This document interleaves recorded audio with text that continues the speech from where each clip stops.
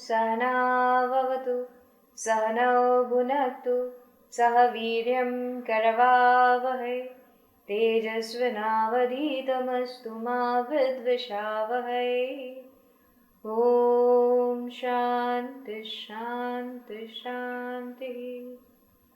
Samasta jana kalyane niratam karunamayam, Namami chinmayam devam Sadgurum Brahma Vidvaram. Harihi Om Shri Gurubhyo Namaha. Harihi Om. Harihi Om. So, about the Bhakti Marga, right? How Bhakti is so essential that, even if we are, this is the one for me, right? So, there is of course the Bahiranga Sadhana, where, one can take to any of the secondary means. It is said to be secondary means because, it is that which will pull me to the primary, right? The primary being Antaranga Sadhana, which is Shravana Manana Nididhyasana. So, the external means or the secondary means that we say, those are Bhakti, Karma, Ashtanga, Japa, Tapa, Tirtha, right? All these, though we are calling them secondary, always know that they are those steps which are always going to move us to that highway, that one highway which is going to lead to our destination. So, it is not that, I have gone astray somewhere. No, these are going to be the means to take me onto the right path of jnana, right? So, therefore, these are as essential as that of the jnana marga, right? And these are that which will keep me on that jnana marga. But then again, which is the one for me? What is that which is essential in this, right?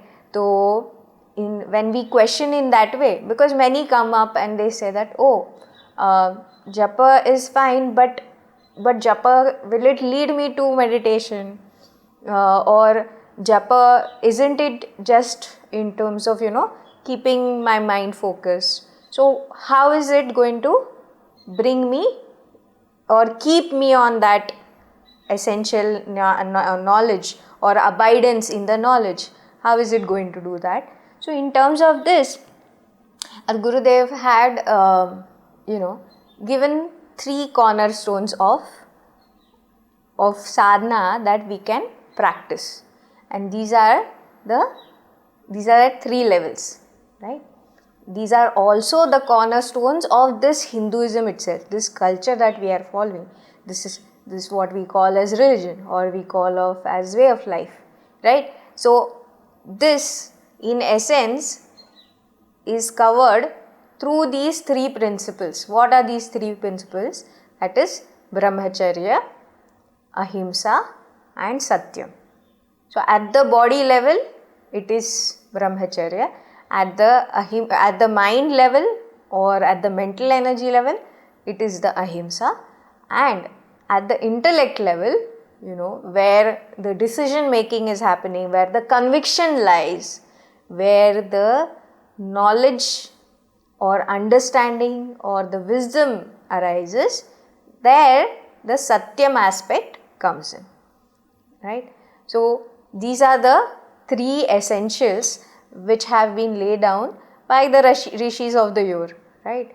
And in many ways, even in whatever discourses, Gurudev, Swami Chinmayananji, he would also talk of these, right? So, when we are saying brahmacharya, how are we going to go about this brahmacharya? Is it only celibacy? When we say, again here we are saying at the body level, or we are saying at the physical level, that is where this brahmacharya comes in. But is it only that? And how do I go about it? Or how important is it? Right?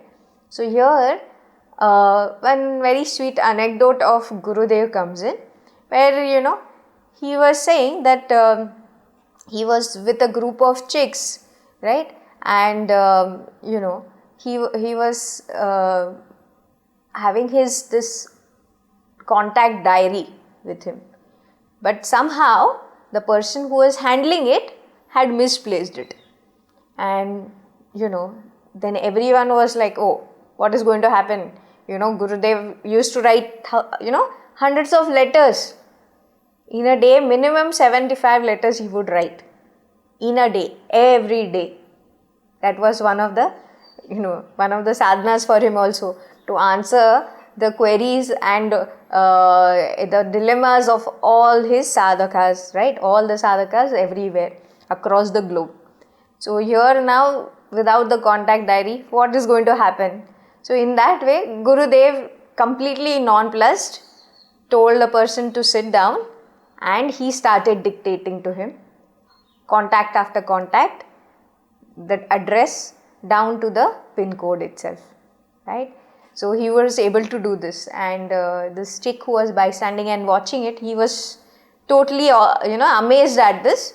And then at another occasion, this same chick who was at that time, when our Parindra Kadakia ji, at that time, he saw that at another occasion, one person whom Gurudev had but seen only one time. He had met him only one time, and he met Gurudev after a few years.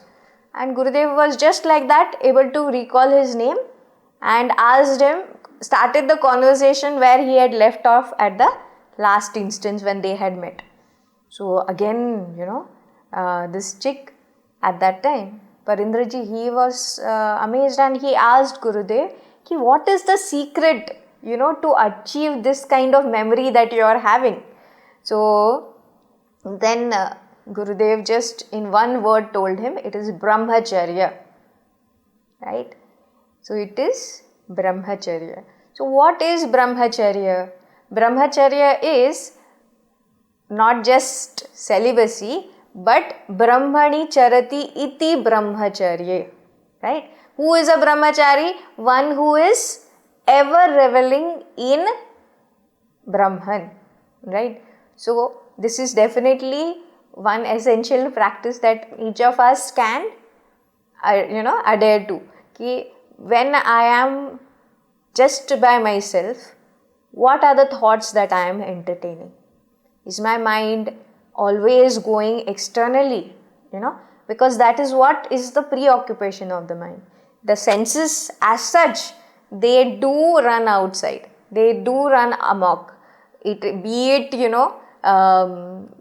the new things or objects or things or space or places that one sees, or some information that one comes across, the mind is always going outward. But what am I doing to curb the mind in that way?